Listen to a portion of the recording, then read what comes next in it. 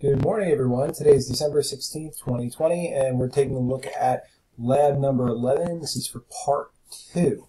So if we jump right into things, you can see at the top it says here, consider uranium-238. We want to figure out what exactly is the half-life of U-238. You would go to your Earth Science reference table, which is right here, and on page 1, we're going to be looking at U-238, and your half-life is 4.5 times 10 to the 9th, which is the same as 4.5 billion years. How many protons does U-238 have? Well, just like with carbon-14, we have to think, what is the atomic mass, and then subtract away the atomic number to get the number of neutrons. If you want to find the number of protons, all you have to do is take a look at the atomic number. So, quick little Google search pulls up uranium. We can see the atomic number here, which is the number of protons, and we can see the atomic mass, or the atomic weight. 238, subtract away 92, that would give you your number of neutrons. What does an atom of U-238 decay into? We could jump into our simulation. We could take a look right here. U-238 decays into lead-206. Drop one onto the play area, and you can see it decays to 206.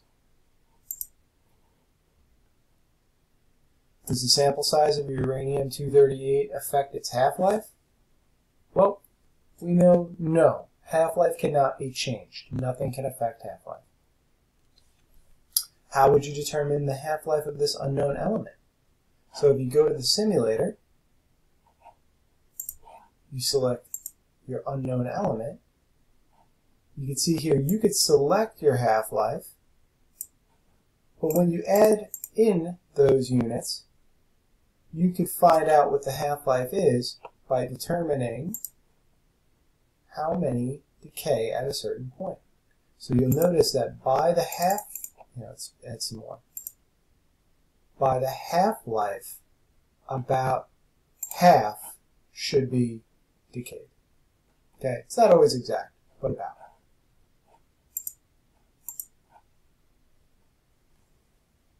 So I'll allow you to answer up your plan here, and then estimate the half-life of your specimen. Decay rates. Observe the decay curves for carbon-14 and 238. Well, yesterday we took a look at the decay curve of carbon-14. So I'm going to create a y-axis and an x-axis. I'm going to label these. This is our number of atoms.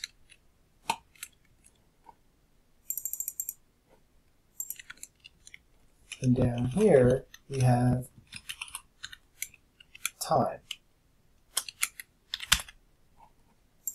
So one thing you got to remember when you're taking a look at the half-life of atoms, let's reset all. Let's go to carbon. I'm going to pause the simulation. I'm going to drop in about, 40 or 50 of them. And I'm going to hit play. Notice that most of them decay right up front, and as time goes on, the amount that decay slows down. So how would we illustrate that graphically? I'm going to go to my draw tool, I'm going to go to scribble, start off real high.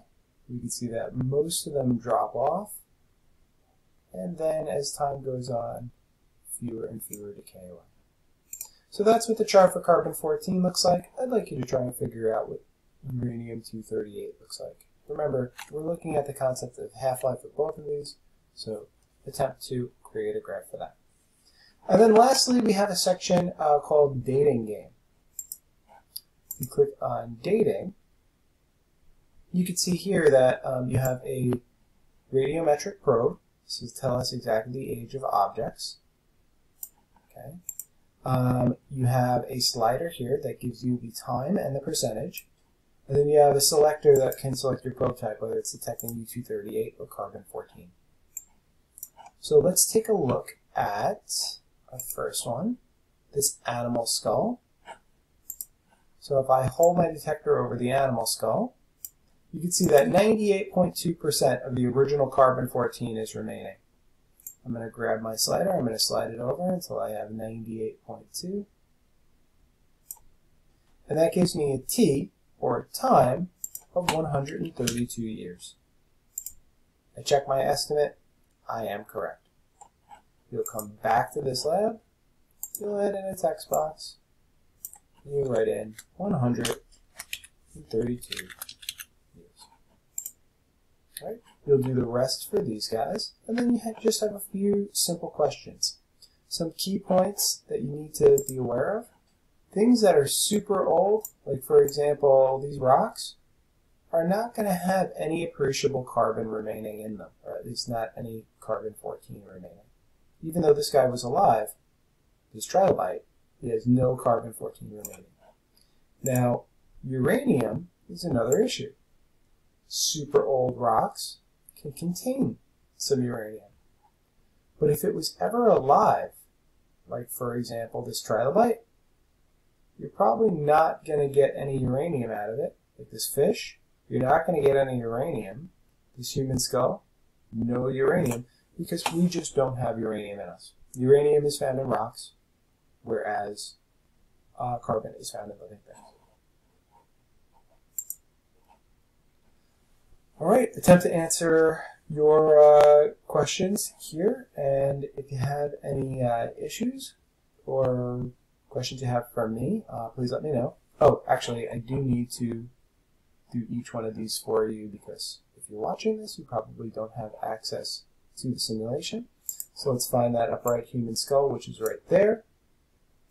Go to carbon, and it's telling us there's 76%, so I'm going to slide that until I find 76%. Okay, that's close enough. So that's your time for that one. The next one we need is the bone. So let's find the bone.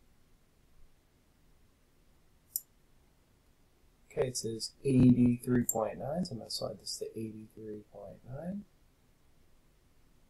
That's close enough. There's your time estimate. Next we have the tilted skull. 0.8%.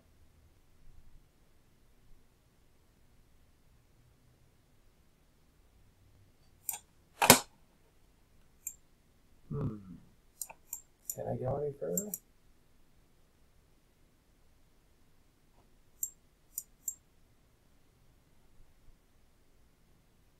Yeah, I believe I can. So I know that it is older than this number right here. Okay.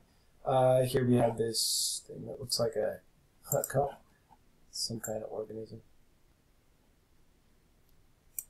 88.2%. So we're going to slide over to here. 88.2. It's close enough. That's the age of that one. And lastly, we have our fish.